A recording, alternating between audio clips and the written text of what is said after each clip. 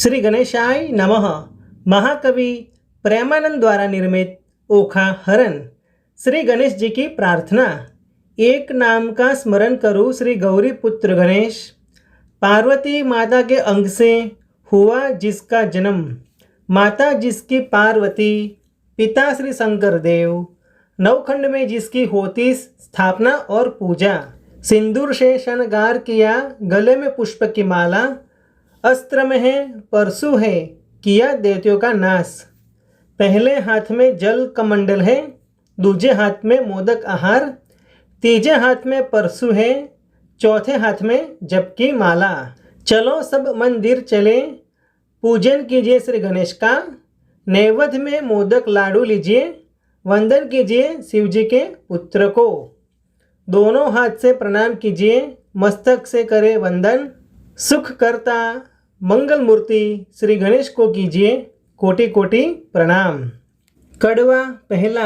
श्री अम्बा जी की प्रार्थना। आर्धशक्ति अम्बा जी प्रकट हुए, जहाँ पवन नहीं और पानी। माँ का महिमा का वर्णन कैसे करें हम। हजार मुख वाले शेषनाग भी माँ का वर्णन करने में समर्थ नहीं है, तो हम एक मुख से माता का वर्णन कैसे करें। माता अम्बा जी के नवदुर्गा रूप है। नवखंड में माता जी की पूजा स्थापन होती है। अज्ञानी को माता ने ज्ञान दिया है। भक्तिभाव से माता आपको हम करें प्रणाम। सहाय सदाई कीजिए माँ भक्तों पर। हे जगत जननी माता अम्बा, हे हंसावती, हे बगलामुखी, हे वाहनवटी भी आप ही हो। रक्षण कीजिए, सहाय कीजिए, सब हम आपकी प्रार्थना स्तुति करते हैं। माँ अपने भक्तों की पुकार सुनिए। श्री ब्रह्मा जी पाठ करते हैं, श्री विष्णु जी मुरली बजाते हैं। हे माँ भक्तों का उद्धार कीजिए। श्री शिव जी डाक बजाते हैं, नारद जी आपका जय जयकार करते हैं। अबील गुलाल से माता आपकी पूजा होती है। माता ने 16 श्रृंगार किए हैं। माता सिंहासन पे विराजमान है। माता भक्तों पर अपनी ममतामय छत्र छाया सदाए बनाए रखना। माता आपको नैवेद्य में खीर और शहद और शर्करा अर्पित की है। कपूर से आपकी आरती सेवक जन भक्तजन आपकी स्तुति कर रहे हैं। माता आपको वंदन प्रणाम। माता आप ही हो ब्रह्मानी, आप ही हो रुद्राणी, आप ही पूरा संसार हो। पूरे ब्रह्मांड में माता आप ही हो। माता हम करते हैं आपकी सेवा, सदाई रखना माँ आपकी शरण में, कीजिए भक्तों की सहाय। कड़वा दूसरा। चैत्र मास में जो श्रवण करे पठन करते हैं ओखा हरण का, उसका रहता है निरोगी शरीर। भय नहीं रहता उसको स्वप्न में भी भूत और प्रेत का।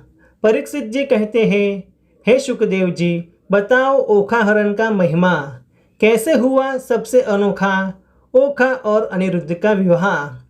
प्रथम से नवमी तक आपने कहे हैं 9 स्कंद, अब 10वीं की कहो कथा वार्ता, जिससे होता है आनंद।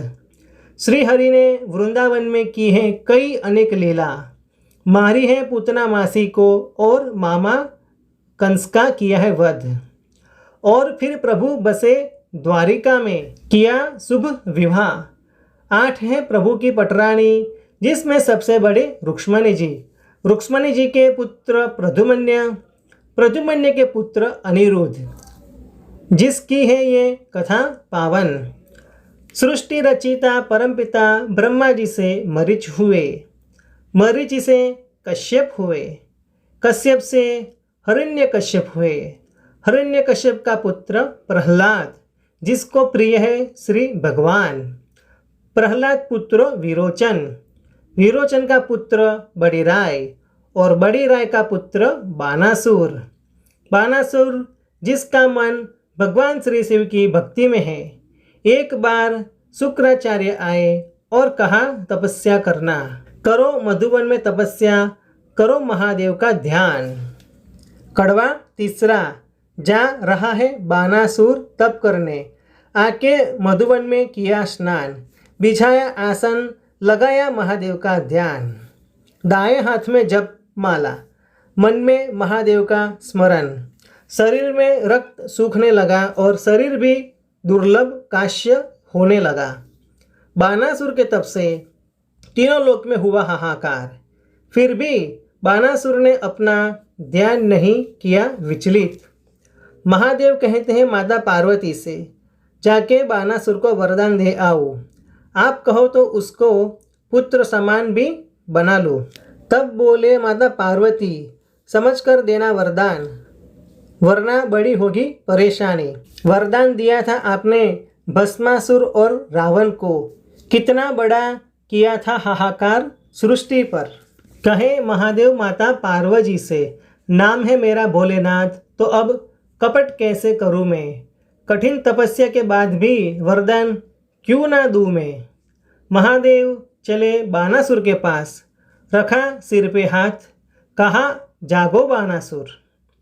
किया बानासुर ने महादेव को प्रणाम, दीजिए मुझे सोनितपुर का राज्य। बानासुर कहता है महादेव से, दीजिए मुझे 1000 हाथ और एक एक हाथ में 10-10 हजार हाथी का बल। तथास्तु कहकर चलते हैं महादेव कैलाश।